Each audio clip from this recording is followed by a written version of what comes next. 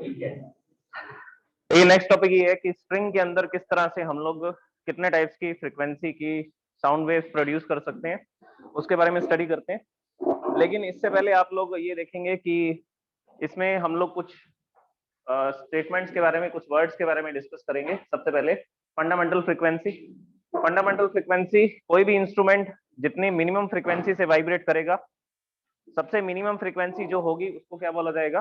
Fundamental frequency. जैसे कि हमने एक स्ट्रिंग को दो फिक्स्ड एंड के बीच में टाई किया, तो वो स्ट्रिंग जितनी भी फ्रीक्वेंसी से वाइब्रेट करती है, जितनी भी स्मॉलेस्ट फ्रीक्वेंसी से वाइब्रेट करती है, उसको क्या बोला जाएगा? Fundamental frequency. अब मैं एक एग्जांपल पकड़ करके चल रहा हूँ। मैंने बोला कि मैंने एक ऐसा सिस्टम बनाया जिसमें ये दो रिजिड सपोर्ट है, दो फिक्स्ड एंड है, और ये बाउंडेड मीडियम है। एक स्ट्रिंग लगा दी, तो स्ट्रिंग को दोनों तरफ से फिक्स कर दिया। ये कैसा मीडियम हो गया? Bounded medium. तो इसमें ये चीजें फिक्स है कि ये वाले पॉइंट तो नोड ही होंगे, एंटी नोड कितने होंगे वो अलग अलग कंडीशंस पे डिपेंड करेगा। तो फंडामेंटल फ्रीक्वेंसी, मैंने इसको ऐसा प्लग किया, ये ऐसा वाइब्रेट कर रहा है। फर्स्ट जो फ्रीक्वेंसी इसमें से हमें सुन रही है, फॉर एग्जांपल 100 हर्ट्ज है, तो इससे कम फ्रीक्वेंसी की ये साउंड नहीं निकलेगा। इतनी फ्रीक्वेंसी की तो कम से कम निकाल रहा है, तो उस फ्रीक्वेंसी को हमने क्या नाम दे दिया? Fundamental frequency. अब हम इस फंडामेंटल फ्रीक्वेंसी में चेंजेस कर सकते हैं। जो गिटारिस्ट होते हैं, जिनको गिटार बजाना आता है, तो वो क्या करते हैं? वो अलग अलग जगह पर फिंगर्स प्रेस करते हैं, कभी टच करते हैं, कभी प्रेस करते हैं। तो उस केस में कभी वो उसकी लेंथ को इंक्रीज कर रहे होते हैं, कभी वो नोड एंटी नोड के नंबर्स को चेंज कर रहे होते हैं। तो ये सब चीजें उनको बताई जाती हैं। तो फंडामेंटल फ्रीक्वेंसी में हम लोग चेंजेस करके क्या प्रोड्यूस कर सकते हैं? हार्मोनिक्स प्रोड्यूस कर सकते हैं। Harmonics are the multiple of fundamental frequency, integer multiple of fundamental frequency, ये ज्यादा सही रहेगा। अगर पहली फ्रीक्वेंसी 100 हर्ट्ज की थी, तो इसके बाद वो दूसरी फ्रीक्वेंसी निकाल सकता है 200 हर्ट्ज की, फिर 300 की, फिर 400 की, फिर 500 की। तो हार्मोनिक्स क्या है? Integer multiple of the fundamental frequency. दो बार 2 से मल्टीप्लाई कर दिया तो 200 हर्ट्ज की आ गई, 3 से मल्टीप्लाई कर दिया तो 300 हर्ट्ज की आ गई। तो इसकी डेफिनेशन में आप क्या लिखोगे? The sound waves which are integer multiple of the fundamental frequency are called harmonics. तो जो फंडामेंटल फ्रीक्वेंसी है उसको हम लोग फर्स्ट हार्मोनिक बोल सकते हैं। जो फंडामेंटल फ्रीक्वेंसी है उसके लिए हम लोग ये वर्ड भी यूज करेंगे, that it is the first harmonic. ये 100 हर्ट्ज की साउंड है, ये फर्स्ट हार्मोनिक है। इसके बाद हमने कुछ ऐसी कंडीशंस प्रोड्यूस की जिससे 200 हर्ट्ज की आई, फिर 300 और फिर 400 हर्ट्ज, तो हम बोलेंगे second harmonic, third harmonic, fourth harmonic, fifth harmonic. तो ऐसा हार्मोनिक्स हम लोग प्रोड्यूस करेंगे, एक ही स्ट्रिंग से अलग अलग फ्रीक्वेंसी निकालेंगे। ओवरटोन, फंडामेंटल फ्रीक्वेंसी को छोड़ करके बाकी जितनी भी टोन्स आएंगी, जितने भी साउंड आएंगे, वो सारे क्या होंगे? वो ओवरटोन होंगे। तो इसके लिए डेफिनेशन ये बोलेंगे, the sound which is having frequency greater than the fundamental frequency. ऐसी साउंड जिसकी फ्रीक्वेंसी किससे ज्यादा होगी? फंडामेंटल फ्रीक्वेंसी से ज्यादा होगी, उसको हम लोग क्या बोलेंगे? उसको हम लोग ओवरटोन बोलेंगे। तो मैं इसको देखिए, इसके लिए मैं कुछ वर्ड्स लिख रहा हूँ। इसको एक तो मैं फंडामेंटल फ्रीक्वेंसी लिख सकता हूँ, शॉर्ट में लिख रहा हूँ, और इसको क्या लिख सकता हूँ मैं? फर्स्ट हार्मोनिक लिख सकता हूँ। क्या मैं इसको ओवरटोन लिख सकता हूँ? आंसर है नो, आप इसको ओवरटोन नहीं लिख सकते। ओवरटोन की डेफिनेशन यही है कि जिसकी फ्रीक्वेंसी फंडामेंटल फ्रीक्वेंसी से ज्यादा होगी। तो अब हम लोग अगर इसकी बात करें तो इसके लिए क्या क्या वर्ड्स लिखेंगे? इसको लिखेंगे इट इज सेकंड हार्मोनिक, ये सेकंड हार्मोनिक होगा, और फर्स्ट ओवरटोन, ये पहली ओवरटोन, ये फर्स्ट ओवरटोन है। इसके नेक्स्ट फ्रीक्वेंसी अगर प्रोड्यूस हो रही है तो इसके लिए हम लोग क्या लिखेंगे? दिस इज थर्ड हार्मोनिक, ये थर्ड हार्मोनिक है और सेकंड ओवरटोन। तो आप दोनों तरीके से इसको लिख सकते हैं। ठीक है, क्वेश्चन किसी भी तरीके से आ सकता है, ओवरटोन भी लिखा हो सकता है या ऐसा फर्स्ट सेकंड थर्ड हार्मोनिक्स भी लिखे हो सकते हैं। तो मतलब आपको समझ आना चाहिए कि जो फर्स्ट ओवरटोन होती है वो कौन सी होती है? वो सेकंड हार्मोनिक होती है। फर्स्ट हार्मोनिक को तो क्या बोलते हैं? फंडामेंटल फ्रीक्वेंसी बोलते हैं। ये समझ आ गया? क्लियर हो गया ये चीजें? फंडामेंटल फ्रीक्वेंसी क्या है और हार्मोनिक्स क्या है और ओवरटोन क्या है। अब हम लोग स्ट्रिंग के बारे में डिस्कस करते हैं।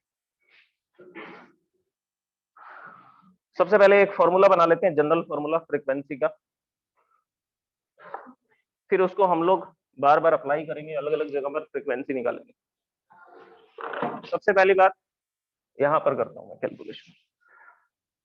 Velocity of the waves which are producing in the string is equal to tension in the string and mass per unit length. String का मास नहीं बोल रहा मैं, क्या बोल रहा हूँ, मास पर यूनिट लेंथ।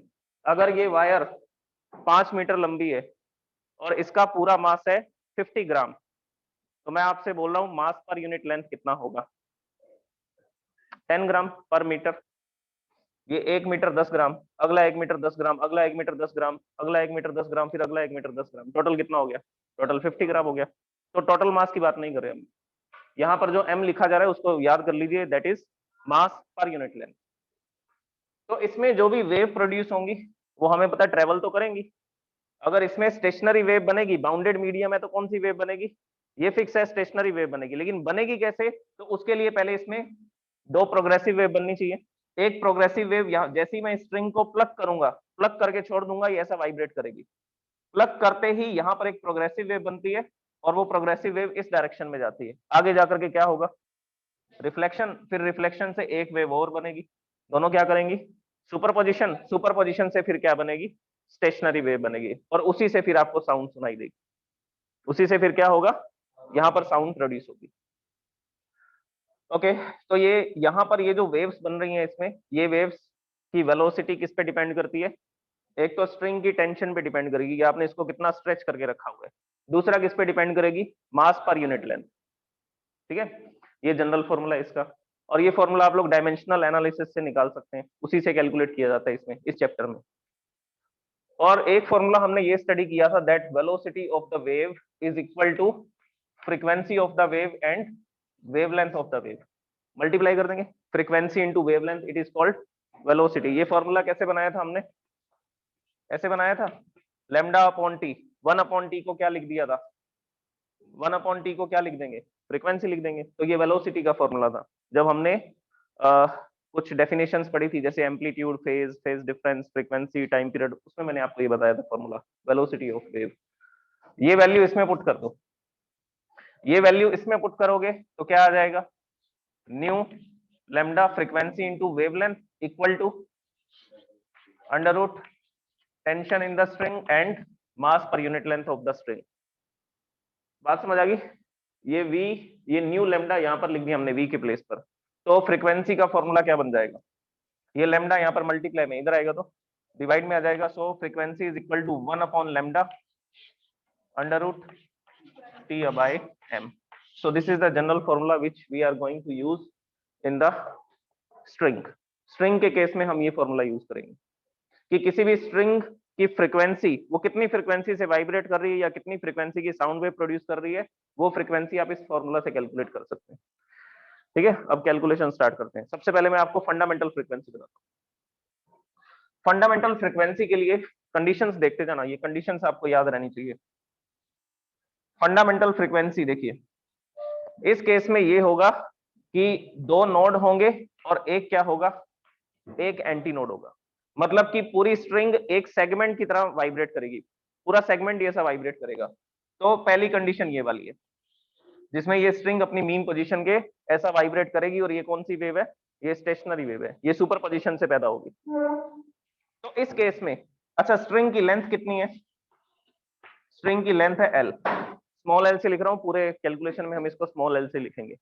ये स्ट्रिंग की लेंथ है, ये जो वेव इसमें बन रही है इसका वेवलेंथ बताइए कितना होगा, ये जो वेव इसमें प्रोड्यूस हुई है इसकी वेवलेंथ बताइए क्या होगी।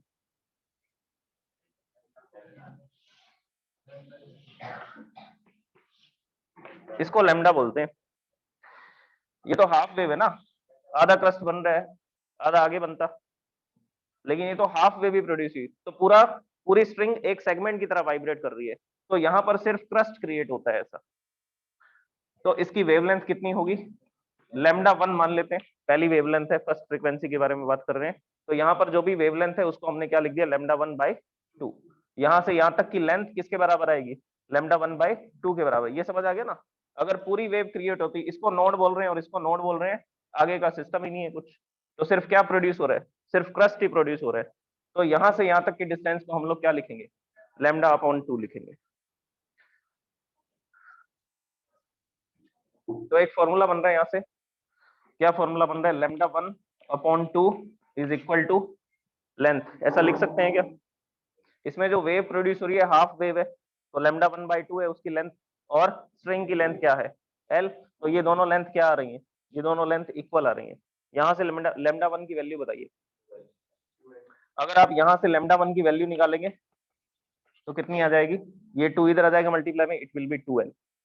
फ्रीक्वेंसी का बोरा फॉर्मूला। अब आपको फर्स्ट फ्रीक्वेंसी बतानी है, पहली फ्रीक्वेंसी बतानी है, तो कैसे कैलकुलेट करेंगे, देखो फ्रीक्वेंसी लिखेंगे फर्स्ट केस में, और यहाँ पर वेवलेंथ लिखी जाएगी फर्स्ट केस की, जो पहली वेव प्रोड्यूस हो रही है उसका वेवलेंथ लिखेंगे लेमडा वन, और फॉर्मूला लगेगा, ये आएगा under root T upon M. Lambda one की वैल्यू अभी निकाली हमने, हमें ये नहीं पता कि इसमें कौन सी वेव बन रही है, हमें वेव दिख भी नहीं रही है, उसकी फ्रीक्वेंसी बहुत ज्यादा है, ठीक है। तो हम तो सिर्फ क्या पता कर सकते हैं, हम तो इसकी लेंथ पता कर सकते हैं, तो हमें फॉर्मूला से किसको हटाना है, लेमडा को हटाना है, वेवलेंथ नहीं समझ में आ रही है हमें। हम तो इसको नाप सकते हैं कि ये कितने मीटर की है, 5 मीटर की है, 2 मीटर की है, ये मेजर कर सकते हैं हम। तो हमने लेमडा वन के प्लेस पर क्या लिख दिया, 2l लिख दिया, तो ये लेमडा वन की वैल्यू पुट की और ये फॉर्मूला बन गया 1/2l under root T upon M. Tension measure कर सकते हैं क्या, टेंशन मेजर कर सकते हैं, उसके लिए मैं आपको एक तरीका बताता हूँ, ये आपने फोर्स चैप्टर में अच्छे से पढ़ा है। यहाँ पर एक स्ट्रिंग हमने रिजिड एंड से बांध दी, और इस जगह पर मैंने एक पुली लगा दी, पुली लगा करके ये स्ट्रिंग ऐसा नीचे जा रही है, और यहाँ पर एक हैंगर लगा हुआ है, इस हैंगर के अंदर हम लोग बाट रख सकते हैं। फॉर एग्जाम्पल मैंने यहाँ पर 10 किलोग्राम का मास रखा हुआ है, तो बताइए कितना टेंशन क्रिएट होगा। फॉर्मूला क्या लिखेंगे, फॉर्मूला क्या आएगा, mg, ये डाउनवर्ड डायरेक्शन में 100 न्यूटन का फोर्स लगाएगा, तो इस स्ट्रिंग में भी कितनी टेंशन प्रोड्यूस होगी, 100 न्यूटन की टेंशन प्रोड्यूस होगी। समझ आ गया। तो टेंशन तो हम कैलकुलेट कर सकते हैं कि कितनी टेंशन है, और मास पर यूनिट लेंथ कैसे कैलकुलेट करोगे, आप पूरी वायर का मास निकाल लो, ये 5 मीटर की वायर थी, आपने उस पूरी वायर को इकट्ठा किया और एक वेटनिंग मशीन पे रख दिया, उस वेटनिंग मशीन ने आपको बताया कि ये पूरी वायर का मास है 50 ग्राम, और लेंथ आपको पता है 5 मीटर है, तो डिवाइड बाय क्या लिखेंगे, 5 मीटर, तो ये आ जाएगा क्या, मास पर यूनिट लेंथ कितना आएगा, 10 ग्राम पर मीटर, तो ये भी हम लोग कैलकुलेट कर सकते हैं। तो इस फॉर्मूला में ऐसी कोई क्वांटिटी नहीं है जो हमें पता नहीं होगी। लेंथ हम लोग मेजर कर लेंगे, स्ट्रिंग की लेंथ क्या है, टेंशन मैंने आपको बता दिया कैसे मेजर की जाती है, और मास पर यूनिट लेंथ ऐसा मेजर कर लेंगे हम लोग। तो तीनों क्वांटिटीज जैसे ही पुट करोगे आपको पता लग जाएगा कि ये स्ट्रिंग कितनी फ्रीक्वेंसी से वाइब्रेट करने वाली है। अब आप उसको गिटार को बजा करके देखने की जरूरत नहीं है, पहले ही बता सकते हो आप कि अगर मैं ये स्ट्रिंग लूंगा, ये टेंशन रखूंगा, ये लेंथ रखूंगा, तो वो इतनी फ्रीक्वेंसी से वाइब्रेट करेगी। सो this is the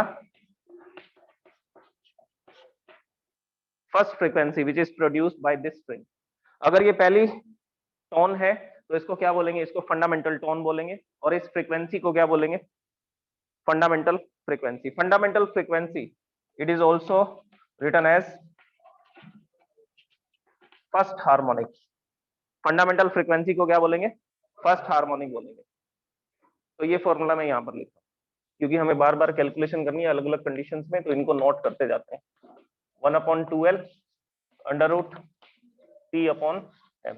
so this is the fundamental frequency.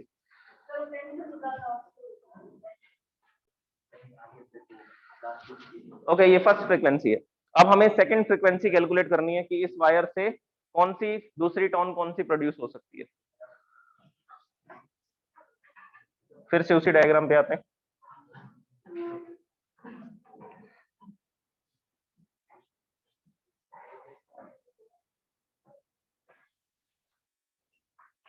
ये स्ट्रिंग थी और इसकी लेंथ क्या थी, L। अब देखिए गिटारिस्ट, उसने इस वायर को प्लग किया, प्लग करने के बाद यहाँ पर इस वायर को टच किया, जैसे ही यहाँ टच करेगा यहाँ पर क्या क्रिएट हो जाएगा, यहाँ पर भी नोड बन जाएगा, ये पॉइंट भी फिर मूवमेंट नहीं कर सकता। तो ये वायर 2 सेगमेंट्स के अंदर वाइब्रेट करेगी, 2 सेगमेंट्स में वाइब्रेट करेगी, एक सेगमेंट ये होगा, दूसरा सेगमेंट ये होगा, और एक वेव इसमें ऐसा बनेगी।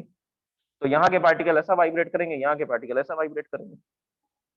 अब आप बताएंगे कि इसकी वेवलेंथ क्या होगी, ये वेव जो आपको इसमें दिख रही है इसकी वेवलेंथ क्या होगी, ये 1 लैम्डा। तो ये सेकंड केस की बात कर रहे हैं, तो हमने इसको लैम्डा 2 लिख दिया, ये सेकंड काइंड ऑफ वेवलेंथ है। फ्रीक्वेंसी का फॉर्मूला, अच्छा यहाँ से क्या रिजल्ट मिल रहा है,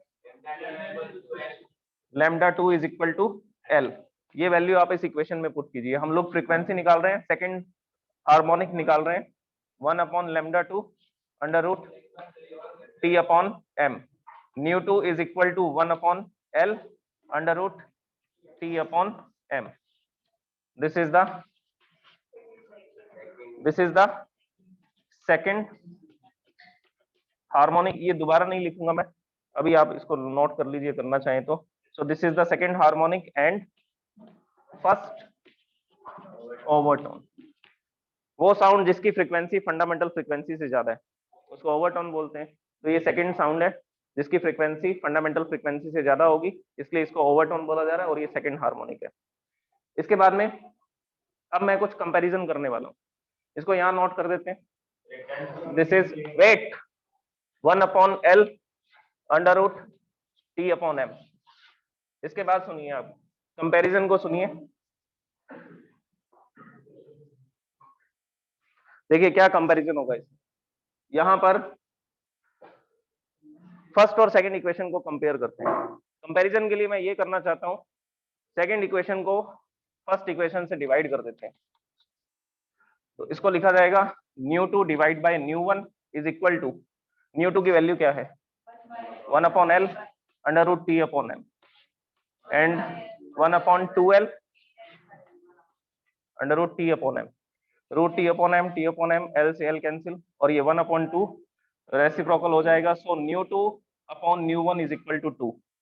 nu1 डिवाइड में इधर आएगा तो मल्टीप्लाई में. So nu2 is equal to 2 nu1. Just double frequency. Fundamental frequency जितनी भी थी, सेकंड हार्मोनिक जो होगी उसकी फ्रीक्वेंसी जस्ट डबल होगी. वही तो एग्जांपल बता रहा था मैं आपको. अगर फंडामेंटल टोन 100 हर्ट्ज की है तो सेकंड फ्रीक्वेंसी आप उससे क्या प्रोड्यूस कर सकते हैं, उस वायर से आप उससे 200 हर्ट्ज की फ्रीक्वेंसी प्रोड्यूस कर सकते हैं.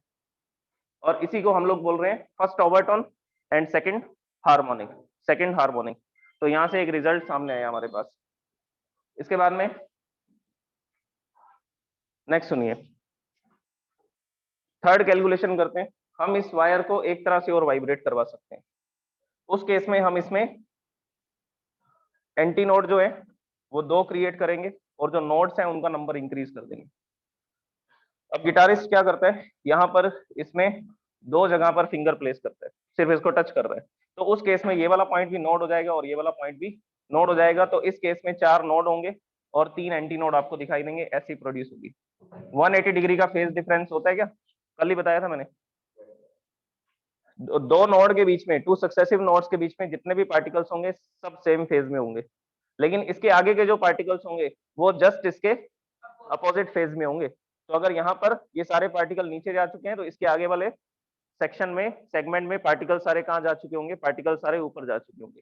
तो इस तरह से ये नेक्स्ट हार्मोनिक इसमें प्रोड्यूस होगी. और कितने एंटी नोड होंगे, 3 anti node, 4 nodes and 3 anti nodes.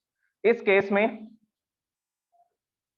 Wavelength कितनी होगी, कितनी वेव प्रोड्यूस हो रही है, वेव को देख करके पता लग जाएगा. तो यहाँ पर ये L लेंथ है इसकी और ये 1 वेव है और ये हाफ वेव है. तो कितना हो जाएगा, इसको लिखेंगे 3/2 लैम्डा 3. तीसरी वेवलेंथ है तो इसको लैम्डा 3 से सेम नहीं, सबको लैम्डा नहीं लिख सकते आप, क्योंकि पहले वेवलेंथ बड़ी थी, फिर छोटी होगी, फिर और छोटी होगी. तो सबको अलग अलग लिखना पड़ेगा आपको. लैम्डा 1, लैम्डा 2, लैम्डा 3 ऐसा लिखना पड़ेगा. ओके, अब यहां से हमारे पास एक फॉर्मूला आ रहा है. दैट फॉर्मूला इज, इन दोनों को इक्वल लिख सकते हैं हम लोग. यहाँ पर जो वेव प्रोड्यूस हो रही है उसकी वेवलेंथ है 3/2 लैम्डा 3 और ये किसके इक्विवेलेंट है, ये स्ट्रिंग की लेंथ के इक्विवेलेंट है. तो यहाँ से लैम्डा 3 की हमने वैल्यू कैलकुलेट कर ली. It is 2L/3. This is the value of lambda 3. अब हम फ्रीक्वेंसी निकालते हैं. nu3 is equal to 1 upon lambda 3 root T upon M. ये लैम्डा की वैल्यू पुट कर देते हैं. कितनी वैल्यू आएगी, लैम्डा 3 की वैल्यू है 2L/3. तो यहाँ पर अगर मैं लिखूंगा 2L/3 तो ये इसका रेसिप्रोकल होगा और ये अपस्टेयर्स में आ जाएगा, 3/2L हो जाएगा and root T upon M. Root T upon M आ जाएगा. इसके बाद में अब अगर हम इसको कंपेयर करें फर्स्ट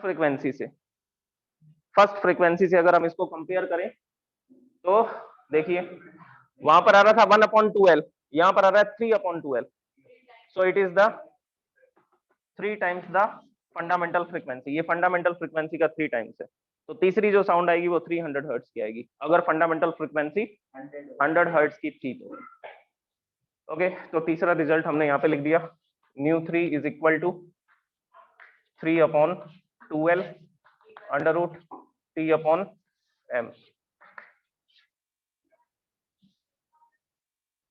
और इसको क्या बोलेंगे, थर्ड हार्मोनिक सेकंड ओवरटोन।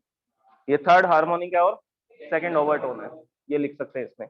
और कंपैरिजन के पर्पस के हिसाब से हम ये लिख देंगे, fundamental frequency ratio first second harmonic third harmonic is equal to, ये ऐसा इसको डैश डैश करके दिखा देंगे, इक्वल टू आएगा 1:2:3:डैश डैश डैश। ठीक है, कंपैरिजन करोगे तो ये लिख सकते हो आप कि फंडामेंटल फ्रीक्वेंसी जितनी भी है सेकंड हार्मोनिक उसकी डबल होगी, थर्ड हार्मोनिक उसकी 3 टाइम्स होगी, फोर्थ हार्मोनिक उसकी 4 टाइम्स होगी। तो एक स्ट्रिंग जो 100 हर्ट्ज की साउंड प्रोड्यूस कर रही है वो 200, 300, 400, 500, 600 ऐसी हार्मोनिक्स को क्या कर सकती है, प्रोड्यूस कर सकती है। वो उस पर डिपेंड करेगा कि आप इसमें कितने नोड्स क्रिएट कर रहे हैं। अगर मैं इसमें एक नोड और बना दूं तो कितने सेगमेंट में, ये 4 सेगमेंट में वाइब्रेट करेगी वायर, ये ऐसा वाइब्रेट करेगी।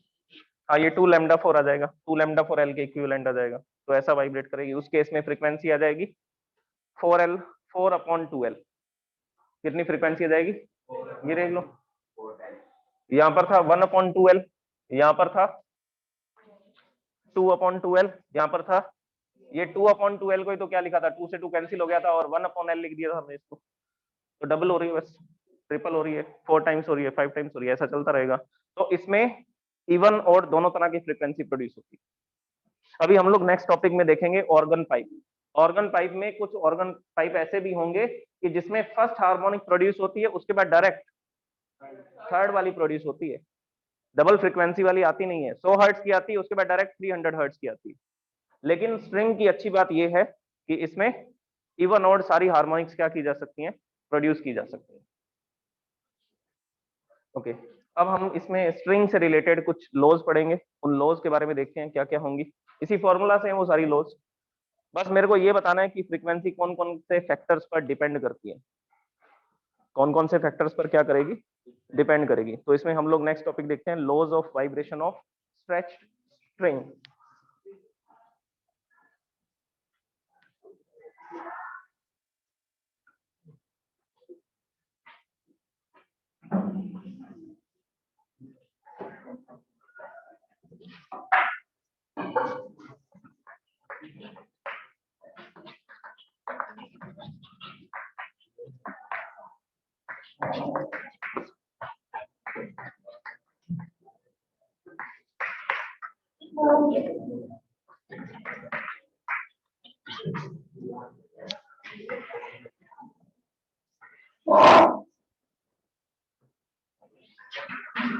फ्रीक्वेंसी का फॉर्मूला 1/L। फंडामेंटल फ्रीक्वेंसी की बात करें तो फॉर्मूला है 1/2L अंडर रूट T/m, ये फॉर्मूला है। तो यहाँ से 2-3 लो तो क्लियरली दिख रही हैं। फर्स्ट लो आएगी law of length, nu is inversely proportionate to the length, ये डिवाइड बाय लेंथ आ रहा है। लेंथ जितनी ज्यादा होगी फ्रीक्वेंसी उतनी कम होगी, तो वायर की लेंथ आपको कम रखनी पड़ेगी अगर आप फ्रीक्वेंसी ज्यादा रखना चाहते हैं। इसी तरह से सेकंड लॉ को स्टडी करते हैं। Second law is law of tension, frequency is directly proportionate to the square root of the tension produced in the string। अगर आप स्ट्रिंग में टेंशन ज्यादा करेंगे, खिंचा हुआ रहेगा तार, ऐसा स्ट्रेच रहेगा, तो फ्रीक्वेंसी बढ़ जाएगी। तो ये मैंने आपको ट्यूनिंग फॉर्क वाले में बताया था, बीट्स जब हमने स्टडी किया था, तो उसमें ट्यूनिंग फॉर्क को यूज किया जाता है किसी गिटार की फ्रीक्वेंसी को सेट करने में, गिटार की वायर की फ्रीक्वेंसी को सेट करने में। जैसे कि फर्स्ट वायर है, उसकी फ्रीक्वेंसी 256 हर्ट्ज सेट करनी है, तो क्या करना पड़ेगा, वायर में या तो टेंशन इंक्रीज करनी पड़ेगी या टेंशन डिक्रीज करनी पड़ेगी, ताकि जब हम ट्यूनिंग फॉर्क और वायर को दोनों को एक साथ ऑपरेट करेंगे तो दोनों में से साउंड वेव्स आने पर बीट नहीं सुननी चाहिए। अगर बीट सुनाई दे रहे हैं तो इसका मतलब दोनों की फ्रीक्वेंसी में कुछ ना कुछ डिफरेंस है। तो टेंशन जितनी ज्यादा होगी फ्रीक्वेंसी उतनी बढ़ जाएगी। Next, law of mass per unit length, law of mass भी बोल सकते हैं इसको। अगर लेंथ सेम रहे और मास इंक्रीज कर दिया जाए, मतलब कि वायर थिक हो जाए, तो उस केस में फ्रीक्वेंसी कम हो जाएगी। So it is inversely proportionate to the square root of the mass per unit length. तो पर यूनिट लेंथ में अगर मास इंक्रीज कर दिया जाएगा, स्ट्रिंग को थोड़ा थिक कर दिया जाएगा, मास बढ़ा दिया जाएगा, उसका वेट बढ़ जाएगा मास, तो उस केस में फ्रीक्वेंसी कम हो जाएगी। अब एक दो लॉज और भी हैं, वो हमें बनानी पड़ेगी, इसमें दिख नहीं रही मेरे को, वो हमें क्रिएट करनी पड़ेंगी इसमें। थर्ड लॉ मास की थी, अब लॉ ऑफ डायमीटर है।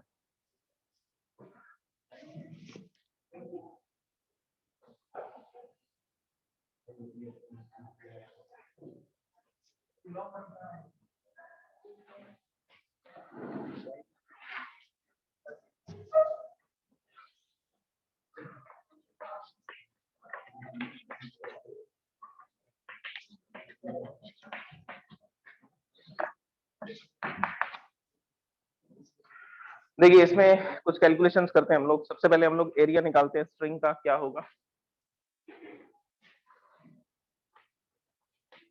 एरिया ऑफ स्ट्रिंग, इसकी वैल्यू होती है पाई आर स्क्वायर, लेकिन आर के प्लेस पर हम लोग लिखेंगे डायमीटर अपॉन 2 लिख सकते हैं। ठीक है, आर को क्या लिख सकते हैं, डी अपॉन 2 लिख सकते हैं। तो हमने इसको लिख दिया डी अपॉन 2 और इसका क्या कर देंगे, स्क्वायर कर देंगे। So the area will be, it will B pi D square upon 4, ये एरिया आ गया इसका। इसके बाद में हम वॉल्यूम निकाल सकते हैं इसकी, वॉल्यूम पर यूनिट लेंथ। पहले वॉल्यूम बताते हैं, वॉल्यूम ऑफ स्ट्रिंग, स्ट्रिंग की वॉल्यूम हम लोग कैलकुलेट करेंगे एरिया इंटू लेंथ से। एरिया क्या है अभी हमने कैलकुलेट किया, area is pi D square upon 4 multiply by L, ये तो था वॉल्यूम ऑफ द स्ट्रिंग। अब मैं लिखता हूं वॉल्यूम पर यूनिट लेंथ। पर यूनिट लेंथ निकालना है तो डिवाइड में क्या कर देंगे, पर यूनिट लेंथ, पर यूनिट मतलब कि डिवाइड में आपको क्या करना है, जितनी भी लेंथ है स्ट्रिंग की वो लिखना है। तो यहाँ पर आएगा pi D square upon 4 multiply by L, और इस पूरे के डिवाइड में क्या आ जाएगा एल, ये एल से एल कैंसिल हो जाएगा। तो वॉल्यूम पर यूनिट लेंथ को क्या लिख सकते हैं, वॉल्यूम पर यूनिट लेंथ को हम लोग लिख सकते हैं पाई डी स्क्वायर अपॉन 4 लिख सकते हैं। और मास पर यूनिट लेंथ क्या होता है, मास पर यूनिट लेंथ, डेंसिटी का फॉर्मूला आपने पढ़ा मास अपॉन वॉल्यूम। तो यहाँ पर मास का फॉर्मूला क्या बनेगा, वॉल्यूम इंटू डेंसिटी, और वॉल्यूम पर यूनिट लेंथ हम लोग निकाल चुके हैं, ये रहा वॉल्यूम इंटू डेंसिटी। वॉल्यूम की वैल्यू क्या है, ये रहा वॉल्यूम की वैल्यू है pi D square upon 4 multiply by rho. ये वैल्यू उठा करके किसके प्लेस पे रखनी है, मास के प्लेस पे रखनी है। हम इस इक्वेशन में रखते हैं क्योंकि हमें डेंसिटी का लॉ भी बनाना है यहाँ से, तो फर्स्ट इक्वेशन में रखते हैं, जो भी फर्स्ट इक्वेशन है। इसको इरेज कर रहा हूं मैं, law of length. So frequency is equal to 1 upon 2L T upon M की वैल्यू बताइए, pi D square upon 4 into density, multiply में आ जाएगा। So it will be 1 upon 2L under root 4T divide by pi D square and row.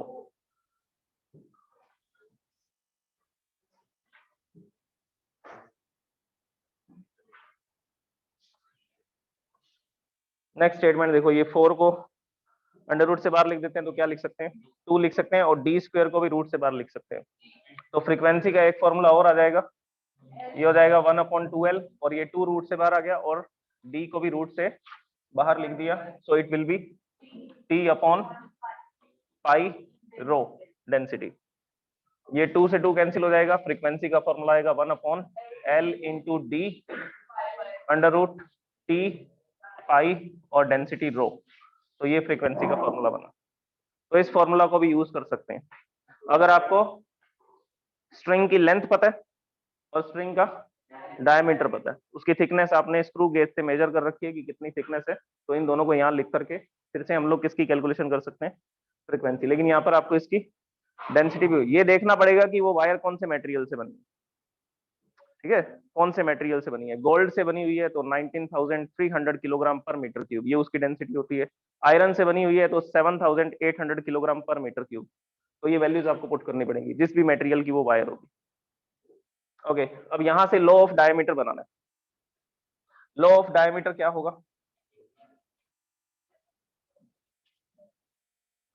Inversely proportionate और directly, under root तो नहीं दिख रहा मेरे को, inversely proportionate to the diameter.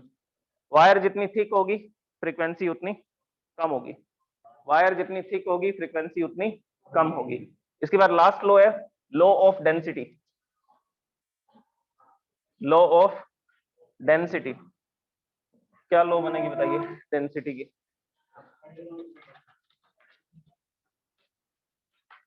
ये रहा फॉर्मूला, इसमें डेंसिटी भी आ रहा है। Frequency is sorry proportionate to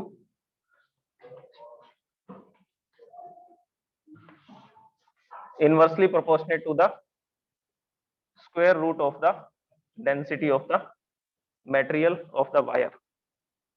density अगर ज्यादा हो, जैसे अभी मैंने आपको एग्जांपल बताए कि जो गोल्ड होता है उसकी डेंसिटी होती है 19,300 किलोग्राम पर मीटर क्यूब, और आयरन, आयरन की डेंसिटी अभी मैंने आपको बोली थी 7,800 किलोग्राम पर मीटर क्यूब, ये इसकी डेंसिटी है। तो डेंसिटी किसकी ज्यादा है, गोल्ड की। अगर गोल्ड से वायर बनाएंगे तो फ्रीक्वेंसी कम आएगी, अगर आयरन से बनाएंगे तो डेंसिटी कम होगी, डेंसिटी कम होती है उसकी फ्रीक्वेंसी ज्यादा हो जाएगी। अब हमें यह भी समझ आ जाएगा कि कौन से मटेरियल से वायर बनानी है, कि अगर फ्रीक्वेंसी ज्यादा रखनी है तो कम डेंसिटी वाले से बनाएंगे, और अगर फ्रीक्वेंसी कम रखनी है तो हाई डेंसिटी वाले मटेरियल को यूज करेंगे वायर बनाने में। सो this is all about the vibration of the stretch string. इसमें आपको फंडामेंटल टोन बना दी, इसके बाद में first harmonic, second harmonic, third harmonic, और आप इसको ओवरटोन में भी बोल सकते हैं। फंडामेंटल फ्रीक्वेंसी, इसके बाद में आया था फर्स्ट ओवरटोन, फिर आया था सेकंड ओवरटोन, ऐसा भी बोल सकते हैं। और ये सारी लॉज मैंने आपको बता दी कि एक स्ट्रिंग की फ्रीक्वेंसी कौन कौन से फैक्टर्स पे डिपेंड करती है। 5 फैक्टर बताए हैं मैंने आपको। पहला बताया था लेंथ, दूसरा मैंने आपको बताया था इसमें टेंशन, तीसरा बताया था मास per unit length, fourth factor मैंने आपको डायमीटर का बताया, फिफ्थ फैक्टर है डेंसिटी। तो 5 फैक्टर पे डिपेंड करेगी किसी वायर के वाइब्रेशंस, किसी स्ट्रिंग के, स्ट्रेच्ड स्ट्रिंग के vibrations. Thank you so much.